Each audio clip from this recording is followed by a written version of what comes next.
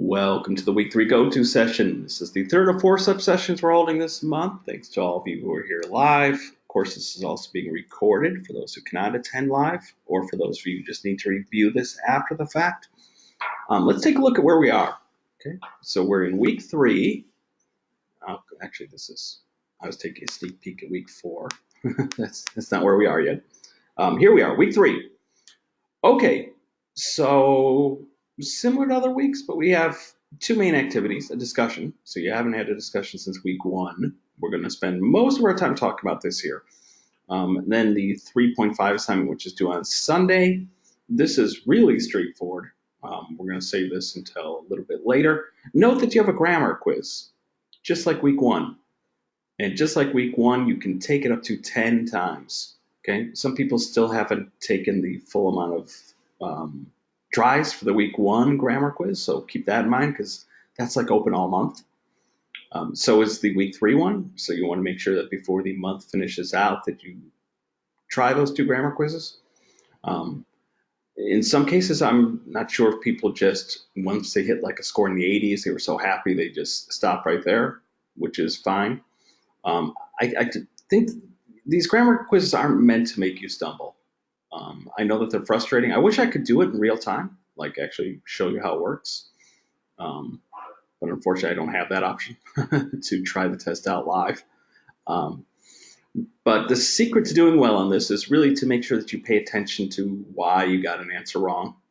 Try to really spot the reason. Like there are pretty thorough explanations for why you got something wrong. And if you can memorize those, the same bank of questions, I mean, you'll get different questions, but they'll be of the same type.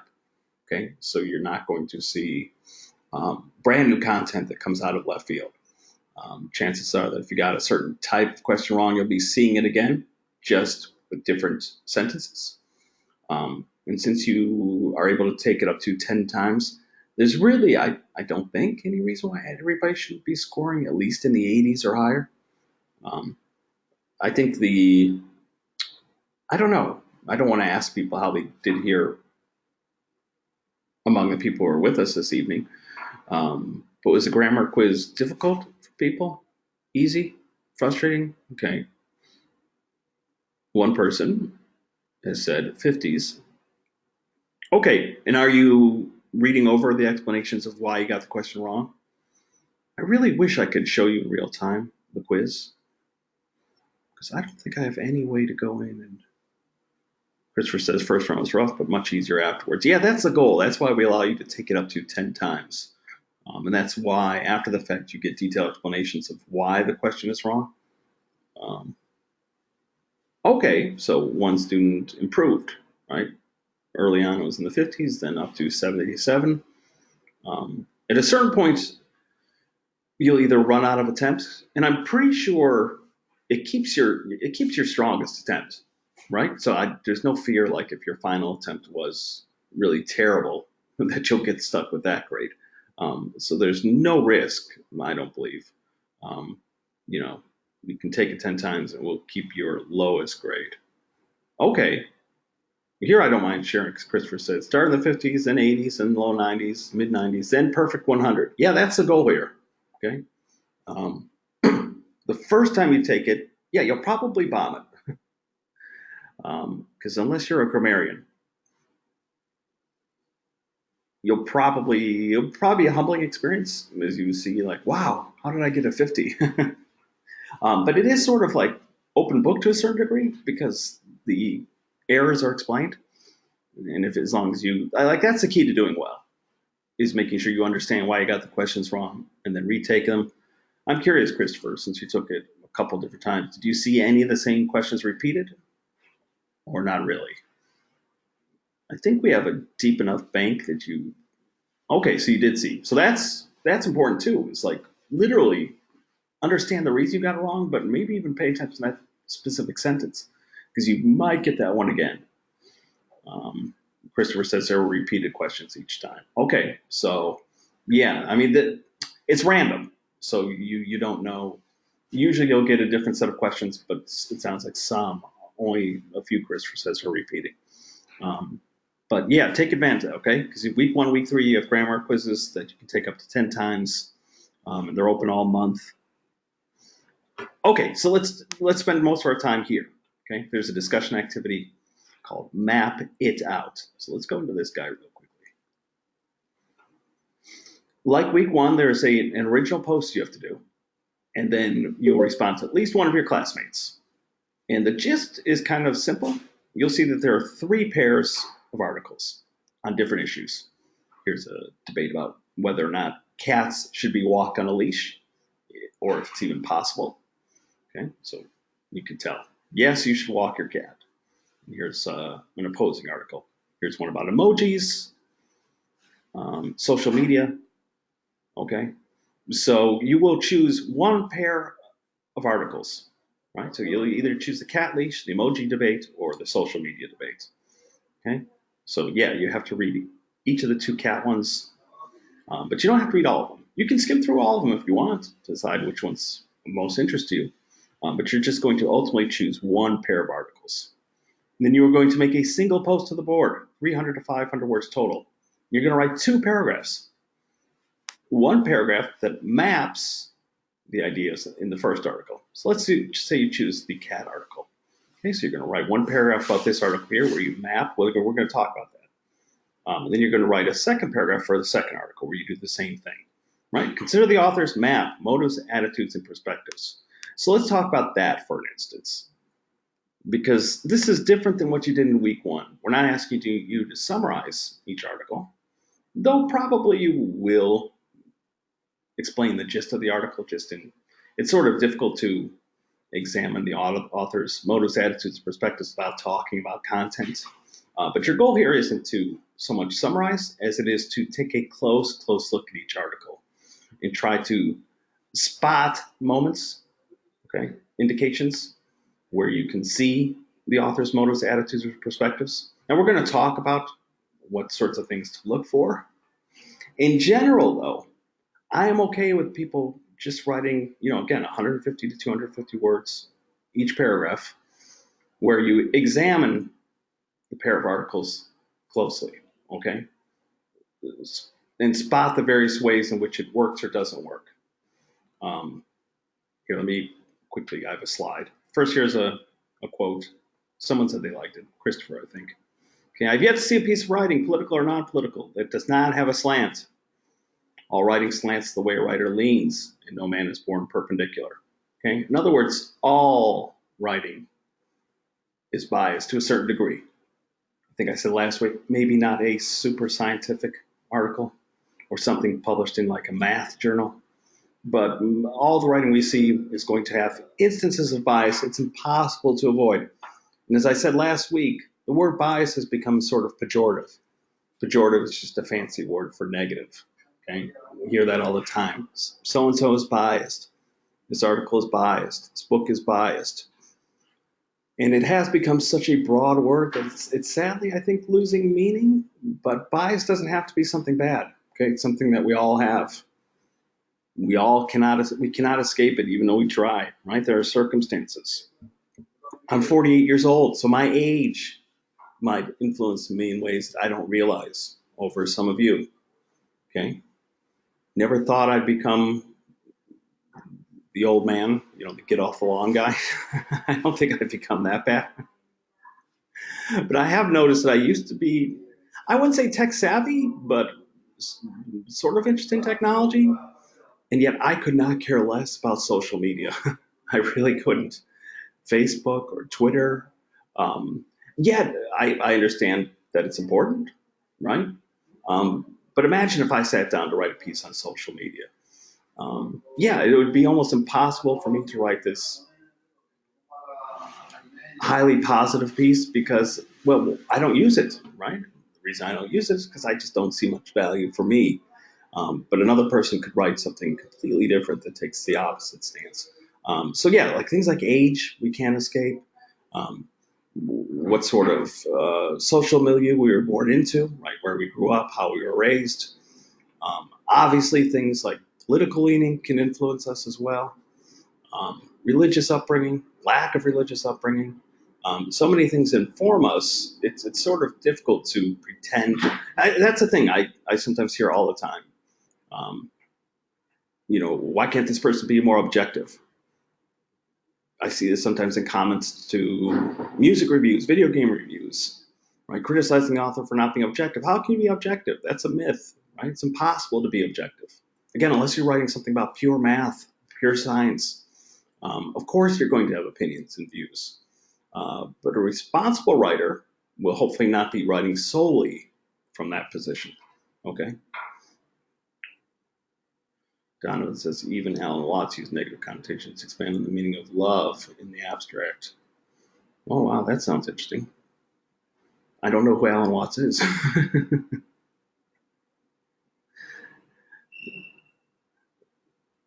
So, yeah, okay, so the discussion is asking you to map each of the two articles, okay? So you're going to choose either the cat walking pair, the emoji pair of articles, or the social media pair of articles. You're going to examine each article in terms of map, which stands for motives, okay? What is the author's goal? Attitudes, in a sense, is their tone positive, negative, somewhere in between? And what perspective they're writing from? How might their opinions have formed? Okay, because this sounds still pretty general, like, okay, I'm supposed to look at these two articles and consider motives, attitudes, perspectives. What does that mean? I've got a little sort of quick guide here of things to consider. Okay, so map help. This, by the way, I just added to the discussion instructions because I thought this might be helpful. Because I always worry, not everybody watches these lectures. I know, it's sad, but and I fear that the instructions by themselves might not help the student very much. So here's some things to consider. So when you're trying to identify motives, attitudes, perspective. First of all, take a look at the title. Sometimes the title is a dead giveaway. We have to be careful because sometimes the author isn't truly in charge of the title. Sometimes publications purposely, because they want clicks, so they will give something, a title that's going to grab your attention. But still, the title can say a lot, right? In some cases, let me see if I can get back to, yeah, it's in clickbait, right? Because your clicks are usually linked to advertising. And so the more you click on something, this is an example of someone's two mapped paragraphs. We'll get back to this. These are really probably pretty long. This looks like it's over 300 words, maybe. Word count. Oh, 228. Okay, so it's within the range. Try and get back to my original. There we go. The pairs of articles. Right? So here, yes, you should walk your cat. So we automatically know what the author's stance here. And this one's a bit more neutral. Here's what happens when you leash your cat. So we have to read to find out. But here's a stronger pair, right? Emojis ruining English language. So we already know where this writer is working from. So right from the title, we could even argue that we already know the author's stance. Okay? Same thing here. If you're not using emojis at work, you're doing it wrong. Same thing with the social media debate. Okay, where was I? So things to consider. You can either jot these things down or take a screenshot. This is in the instructions already. This I'm maybe going to add. But yeah, examine the title. 2, just at the general level of, is the author's main stance convincing? Why or why not? In other words, don't get too confused over the title, map, motives, attitudes, perspectives. Yes, you'll be hopefully touching on those things, but you can get to a lot of that stuff just by taking a close look at the article and deciding, are you convinced? Why or why not? Okay. Number 3, read against the grain. Imagine that you are skeptical or on the other side. So, for instance, I don't own a cat, but one article is about, yes, you should walk your cat because I guess this is a growing trend. I haven't seen that yet, someone walking their cat, but I guess it's a thing nowadays because cats are too often trapped inside and people are sometimes hesitant to let them outside because then they can wander off, get into fights with other cats, so they're trapped indoors all day. So why not take them out on a leash like your dog? This article argues kind of the opposite. But when I read this article, I would try to read it from the perspective of imagining. Again, I don't own a cat, but imagining that maybe I am curious. maybe I have heard about this cat walking thing. Maybe I think that actually it sounds like a fantastic idea. Why not try it? Um, but if you read from like the opposing viewpoint, you can spot, hopefully, issues where you're not convinced. Like it's easy to spot things when you're against something completely, but it's tougher to see when you're on the same side. So if it helps you, try to take that opposite stance. Same thing for these other things. Anti-social media, how Facebook disconnects us and undermines democracy. Again, right there, title's telling you a lot from the get-go. Even if you feel from the beginning that you don't agree with this, right? That this must be some old fuddy-duddy who just doesn't like social media. Still, try to put your own biases aside for a moment. There are well-written pieces where you may not ultimately agree, but you still have to admit that the author does a pretty good job of convincing you. Anyway, back to our list here. Yeah, so read against the grain. Imagine that you're skeptical on the other side. What evidence does the author use? Or what evidence could the author use? Okay. And where are moments that the author's voice tone isn't neutral? Okay. Again, we're not giving you scientific reports to read. These are all essentially opinion pieces. Okay. But where are there moments where the language is clearly the author's own? Like you can almost hear them speaking out loud on the page. Okay. Because is that voice or tone telling you something? We sort of have an example here. Okay. This is not the whole piece. As you can see here he is being factual. He's mentioning a YouTube video. Okay. As for dog defenders, at least they can find reassurance on YouTube. I'm among the millions who watched the April 2017 video of a North Carolina man who lost 50 pounds during a lengthy stay in the hospital, and whose dog initially didn't recognize him, only to be seemingly overcome with joy after recognizing his owner's smell.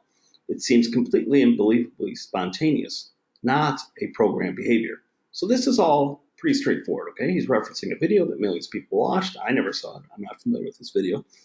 But he's just giving an overview. But was the dog, Willie, overjoyed to have his friendly master back? Or to have his primary meal ticket back? As Budiansky writes, quote, when it comes to dogs, almost nothing is what it seems. Okay, so here he folds in a quote, right? So he's beginning to make a turn here. He's beginning to ask questions. Was the dog really just thrilled to recognize his owner, or was it something else at work here? And he quotes somebody. But here's where you can definitely hear the author's voice. So is that love in your dog's eyes, or is it the look of a con man sizing up his mark? Science says it's the latter. Sorry, world. Okay? So here's an instance where the author's voice is very clear. Okay? This is where his tone and voice you can hear coming off the page. Try to spot such moments in the piece that you're reading. And to what degree is that useful or not useful? Okay? Does it help? Does that voice give the piece more credence? Or does it kind of work against it because it's not working hard enough to help people who maybe need more convincing? Right? So kind of along the same line, common issues to look out for. Information skewed by emotion. Right? Emotion can be a powerful tool. Maybe in another class, such a creative presentation, we learned about pathos, ethos, and logos, right? Emotion is pathos. That's a fancy Greek word meaning the appeal to emotion. Nothing wrong with pathos. Pathos can be powerful. But is the piece too overwhelmed by simply the author's emotion? Missing evidence. Okay? For all these pieces, are there things that the authors are leaving out? That's why I ask you to read against the grain. Imagine that you're skeptical or on the other side of the issue, even if you're in complete agreement. Let me give a quick example of this. So let me get away from this. Might have to come back to it. But back in week 1, right? So you had a set of articles you had to choose from and summarize. And I guess I'm helping some people here, maybe, although not too many people chose this one. But this guy here, why we should stop learning, why we should stop worrying and love the blockbuster franchise. That title, by the way, is a play on words. I think I might have mentioned this in week one. The Stanley Kubrick film, Doctor Strangelove. We should stop worrying and learn to love the bomb. So the author's just, okay. And I mentioned this in week one, so I'm not going to spend too much time here. But his argument is that there's so much complaints. You guys have heard it too, right? That Hollywood is in a state of lack of originality. That sometimes it seems like it's just one Pirates of the Caribbean movie coming out after another, or another Transformers movie. Again, that people lament that Hollywood is out of ideas, right? But then he says, what if we took a different approach? What if we viewed the Hollywood franchise era in which we live as an opportunity to reflect on the passage of time? Yeah, that's like a fascinating thesis. Like, to me, that's interesting. Like, he had me hooked. But one of the things I would argue, and I don't know if anybody here chose this article or read this one, is that he needs sort of stronger examples. It's a fascinating thesis. I would love to be able to be convinced that the Transformers films, which, believe it or not, I've seen every one. I have no idea why I wasted my time watching every single one. No insult if people are fans of Transformers. I can't even remember like how one film is different than another because it just seemed like robots clanging against each other for 3 hours. But yeah, I would love to have someone explain to me why the Pirates of the Caribbean. I've seen all those too. I will watch anything, anything. The same thing with the Pirates of the Caribbean. They're just one mass of films in my head. Like I can't really clearly. I couldn't tell you how film 3 is different than film 2 is different from film 4. So yeah, if this guy is saying that we need to look at these films differently, as an opportunity to reflect on the passage of time, that sounds awesome. But he doesn't really make the case. Like, yeah, he mentions critically acclaimed films, like this film Boyhood, which was filmed over 12 years to show the literal passage of time. The actor, the boy in Boyhood, because it's filmed over a period of 12 years, you see him grow across the running time of the film. So yeah, that's fascinating. Or he mentions the Before Sunrise trilogy with Ethan Hawke. But those aren't really like big budget blockbuster films. Those aren't Hollywood sequels. Those are kind of like artistic films. And when he gets into Transformers or Pirates of the Caribbean, he doesn't really say very much. I mean, yeah, he raises lots of questions. Like Shia LaBeouf's character, Sam Witwicky, watching him change over time. But I don't know. Has anybody else seen the Transformers movies? Like I've seen them. I didn't come away thinking I've watched this character change over 3 films, and now I think of these films in a completely different light. Not because I'm resistant to the idea. I would love to be able to watch those or rethink those films along using this different lens. So yeah, he raises lots of interesting questions, but I'm not sure I really buy it. It's like a fascinating theory. Probably his strongest example are the Jason Bourne movies. I do think that seeing Matt Damon over the course of those movies, you can kind of see what he's getting at. But yeah, it's difficult for me to go to the Fast and Furious films or the Pirates of the Caribbean films. Like it seems like Johnny Depp is just doing the same thing, film after film. So that would be a critique of this one for me. Okay, fascinating idea, fascinating thesis. We should rethink the way we look at these films that we usually insult as just being lazy or a bunch of noise or multi-$100 million extravaganza, but with no character. But I'm not sure he really proves it. So that would fall into the category of, for me, like missing evidence or stronger evidence. Right? Fascinating idea, but I'm not sure he's completely proving it. Other things to look for: unbalanced evidence. Okay, so there is evidence, but either one side is being weighed more heavily than the other. I think that's what's happening, perhaps, at least for me in the article I was just mentioning, the Hollywood blockbusters, right? He does provide evidence, but I don't know. I'm not thoroughly convinced yet. It's still an intriguing idea. Instances where opinion dominates, either for the whole piece, Like maybe it's a terrific piece, you agree with it, but when you take a closer look at it, you see that it's all opinion. Okay, it's all rooted in the author's voice and his or her personal experiences, but not much else, right? Doesn't take time to quote from somebody, doesn't try to take in evidence, lack of it, and finally, lack of acknowledgement of other views. Okay, it's a popular technique when trying to make your case that you do give some time to what the other side might say. Okay, because if you do, it shows not only that you're being fair, you're not just building a straw man, just building what you claim is true, but without hearing what others are saying, right? Just disregarding it, but actually taking time to acknowledge those views. So now, how many of these will apply to the pair of articles? Either the catwalking pair, the emoji pair, the social media pair? Not all of it, probably, but I think if you consider like these 10 things that I've listed, and obviously there's overlap here. Okay, if we were to create a Venn diagram, um, missing evidence could also be an example of unbalanced evidence, or missing evidence could also be an example of opinion dominating, right? But if you go through these 10 things and use these as a guide, I mean, ultimately, here's what I want. You're going to choose a pair of articles and you're going to write one paragraph for each that shows me that you've taken time to closely look at what's going on. Like, where's the writer writing from? Where could their argument be stronger? Why? Why not? Could it have folded in evidence?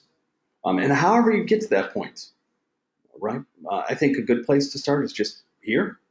Like, is the author's piece convincing? Why or why not?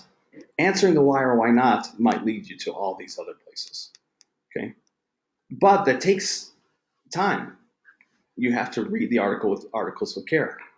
Actually, let me see if I can get back to week 3. Sorry for jumping around so much. Okay, so here, let me open up these two guys. I bet hardly anybody chooses the cat articles. Okay, so here's one from the New York Times on yes, you should walk your cat. Okay. Both of these, by the way, here's some help if anybody chooses this pair. Both of them rely on personal experience. Okay, both tell stories about taking a cat for a walk, but both articles are subtly different.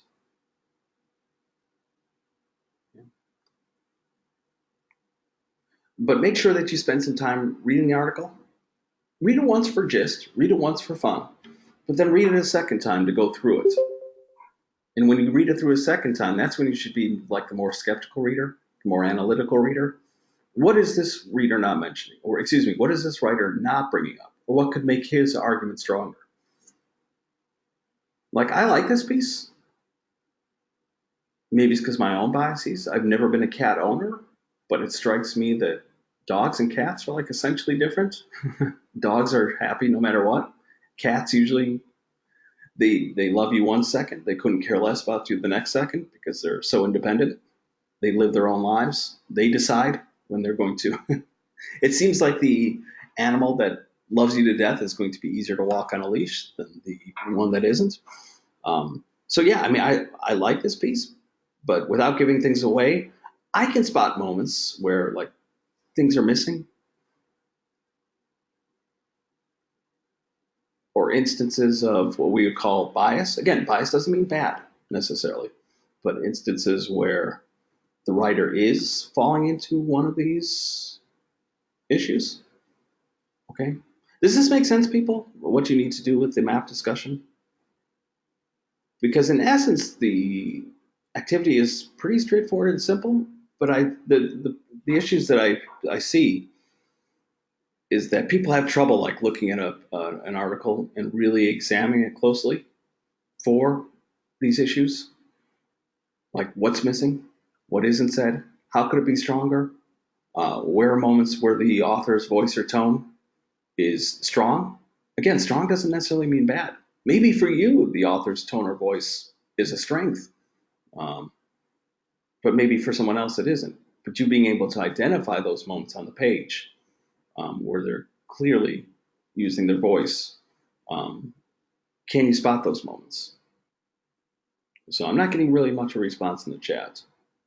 Are we mostly clear on what we need to do here? Yes, no, maybe so. Okay, Addison says yes. You do have, Christopher says, I believe so. Yeah, that's why I said don't make things too difficult. Your job is really to tackle these pairs of articles and interrogate them. Okay, if you can do that, Christopher, you're fine. And I mean, interrogate it at the biggest level, like ultimately why it worked or didn't work for you, or hopefully even at the level of like tone, voice, those sorts of things. And this is why I say that just reading it once isn't enough. You actually have to spend time with it. But yeah, if you're interrogating it thoroughly, you should be fine. Remember, you just have 150 to 250 words to work with. So it's just a paragraph, okay? And I'm just looking for have you examined it with some care, okay? Because this is going to help in theory for next week, where you are actually going to take two articles, the article you chose in week one and the article you're going to deal with for this Sunday, and sort of draw from both of them. Okay, but that means having a clear idea what it's about. If you have any questions, feel free to send them my way. Um, I think I mentioned that we're trying a lot of these assignments out for not the brand new first time, but it's still fairly new. So um, I'm aware of that. Okay, so the other assignment here is the 3.5. This assignment is really simple because guess what? We are basically returning to the week one assignment. Christopher says has a hard time sticking to word counts.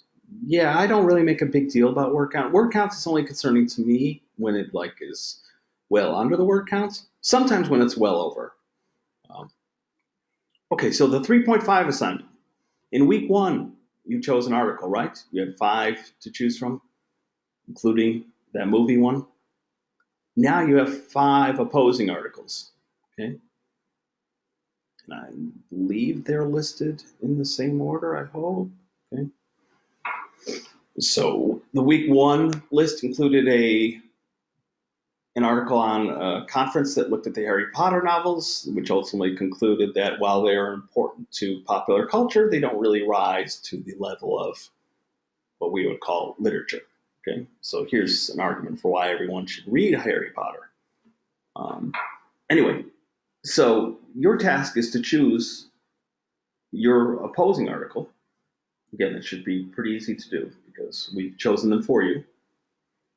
And you're going to do the same thing you did in week one. Summarize. Okay?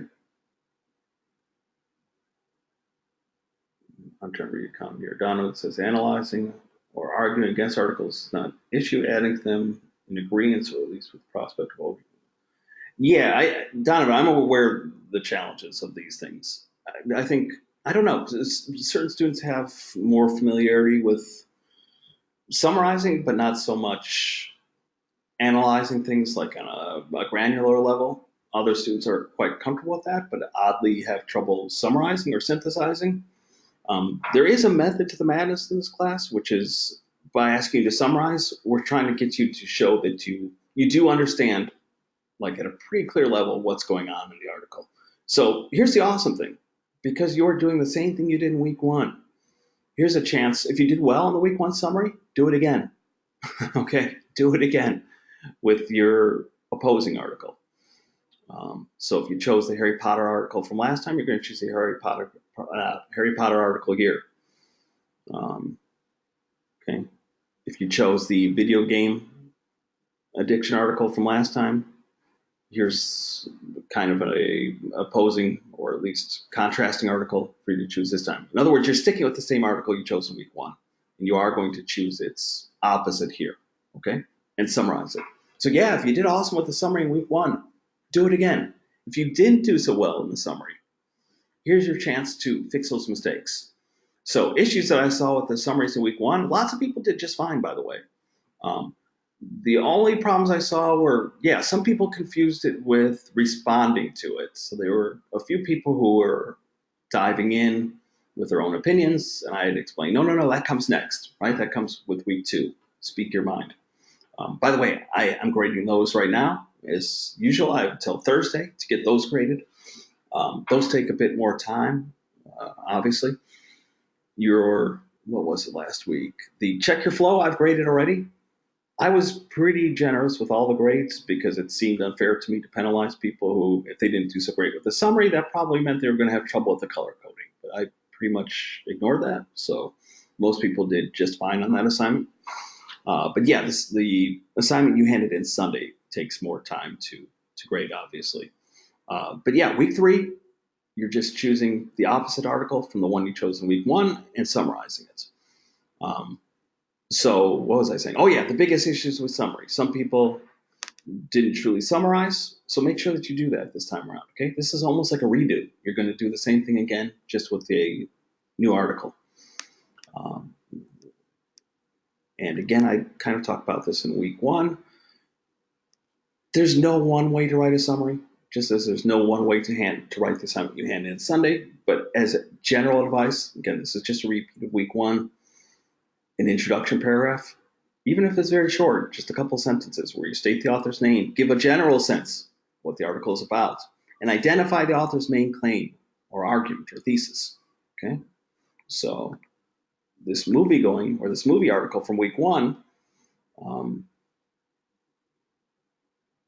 like it's important that you identify this. Like this is his thesis, right? We need to look at these films not just as mindless reboots or sequels or generic action movies, but look at this differently.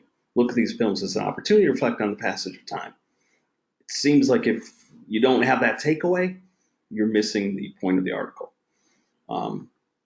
So yeah, an introductory paragraph that covers this. And then throughout the piece, the author probably has 3, 4 main points or main examples, which you need to list, describing it in your own words, okay? And if you have time for a short conclusion, a couple sentences to bring things to a close, that's awesome. If you follow something similar to this framework, you're probably doing just fine.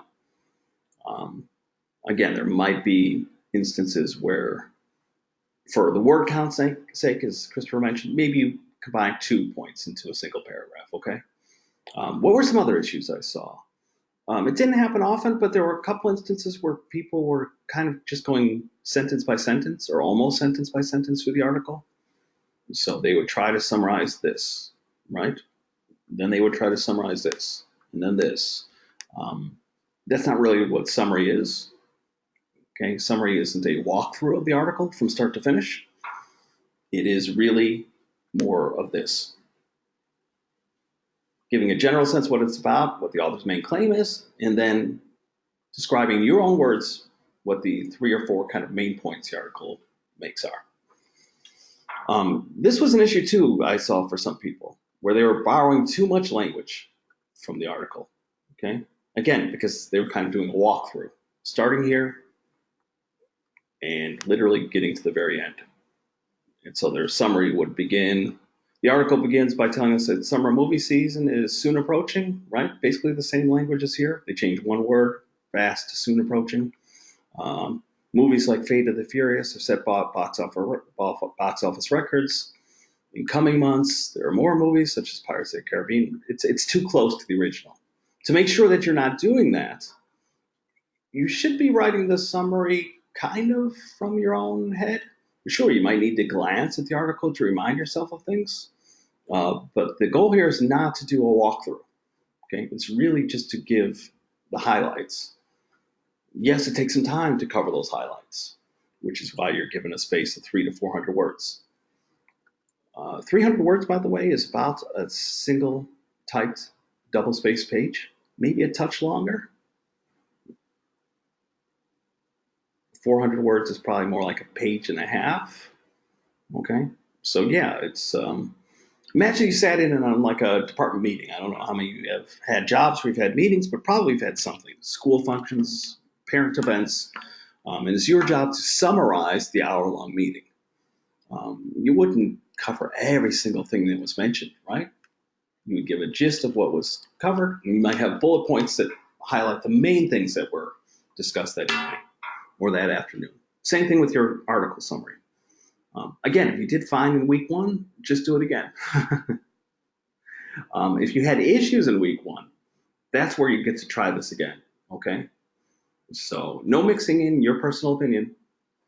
This is just pure summary. Um, Donovan is giving a link to a thesaurus for some reason. Oh, you're saying you like the thesaurus. Yeah, thesaurus is great. Um, it's great when you're searching for a particular word that's like on the tip of your tongue, but you can't think of it. Sometimes I'll even Google what's like the word ameliorate, right? It's a big fancy SET word. Synonym.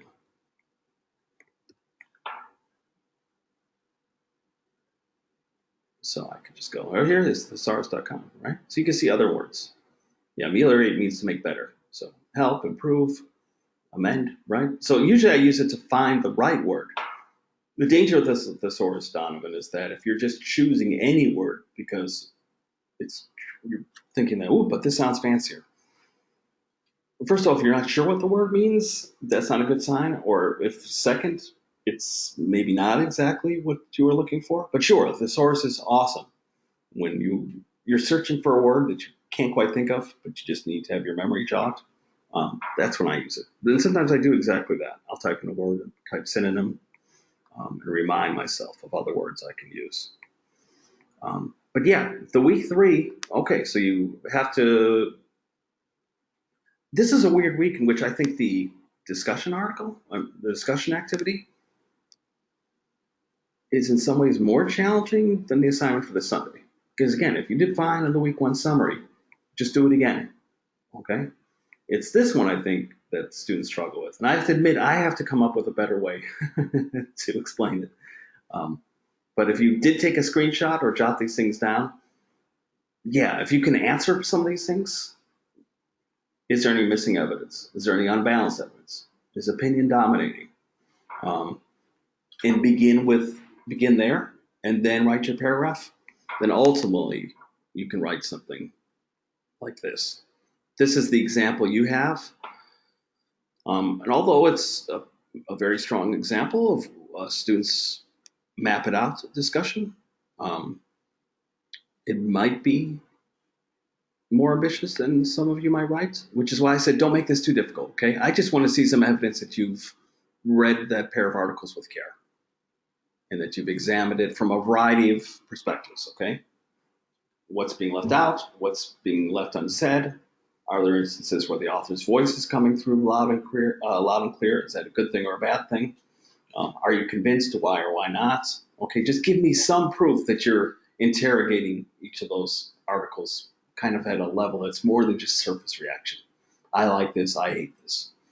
And you should be pretty good. Okay?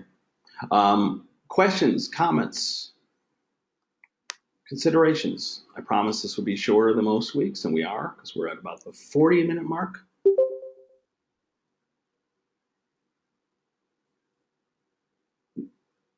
Yes, Donovan, it's about choosing the word that fits most within the context. And most people use the thesaurus that way, but I have seen instances where it's like, oh, the student just opened up a thesaurus and grabbed the biggest word possible. And that makes the text itself really awkward to read because it's suddenly filled with highfalutin words that the student may or may not be comfortable with.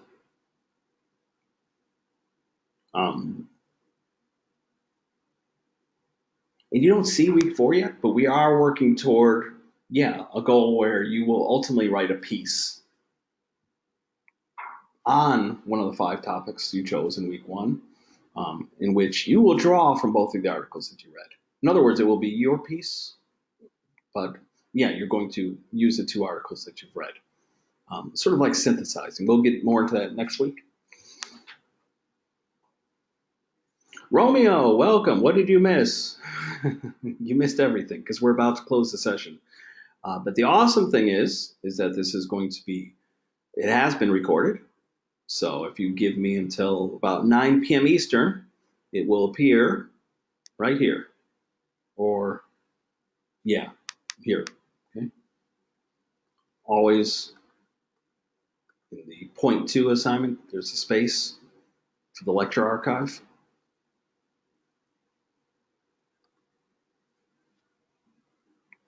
Is Virginia Eastern? Yes, it has to be, right? It's on the East Coast. The only confusing states are like Indiana, where like half the state is on Eastern, half the state is in Central. Or one time I drove all the way out to Ohio because I was going to move there, and I couldn't understand why everything was closed because I wanted to get something to eat. And it's because Ohio was on Eastern time. I didn't realize that. Alabama is on Central time, which sounds kind of odd. Although I guess if you draw a line straight down, like I'm originally from Chicago, Alabama kind of is more central, but in my mind it seemed more like the southeast. But Alabama's on Central time. But if you just go one state to the east into Georgia, it's at Eastern time. Christopher says Alabama's a small area on Eastern. That could be. That could be. There's some states that are weirdly divided up. Okay, any questions, comments, considerations? Again, do your best with this guy here. Oh, while I have most of you here, I did forget to cover one thing, which is that the classmate response, right? So some people got dinged a little bit in week one because even though they wrote thoughtful responses, I said it could concentrate more on the writing. A good way to avoid that here is when people start posting their paragraphs, maybe choose someone who's picked the same pair of articles that you did because you're already familiar with those two articles. So that will give you some insight to maybe have a discussion with the writer about things he or she might have missed or things he or she might consider. And that would be awesome too, because I will consider those things, like the overall discussion people have back and forth. So maybe you spotted a lot of interesting things in your pair of articles, but someone else also joined in, and that in turn helped you help someone else. Yeah, if I can have like an overall takeaway where people realize that the two articles that they've chosen, there are a lot of things going on, a lot of things that can be scrutinized. That would be awesome. Again, I'm not against any. I mean, it's fine to begin with some friendly comments, but ultimately we're trying to help the writer. So I know the instructions encourage you to remember the RISE model, which most of you have learned, but I don't know. The RISE model doesn't stick in most people's head. I have to admit, I don't think I would ever use the RISE model like consciously.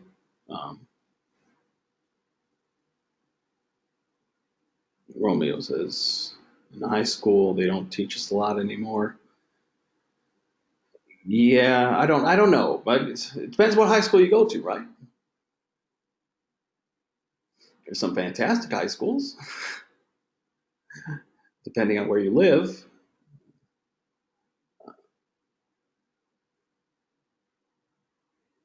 But yeah, I think I get the point. I mean, some of the concepts we're presenting here, like we can't assume that people automatically know what to summarize means. So we want people to have that skill because I think an ability to come away with something and understand at the level of gist, like what the article is about, what its main point is, or its main claim is, what were like 3 or 4 of its main points. Like that seems to be a useful ability no matter where you work. And then taking it there to engage with the piece directly, which you did for Sunday.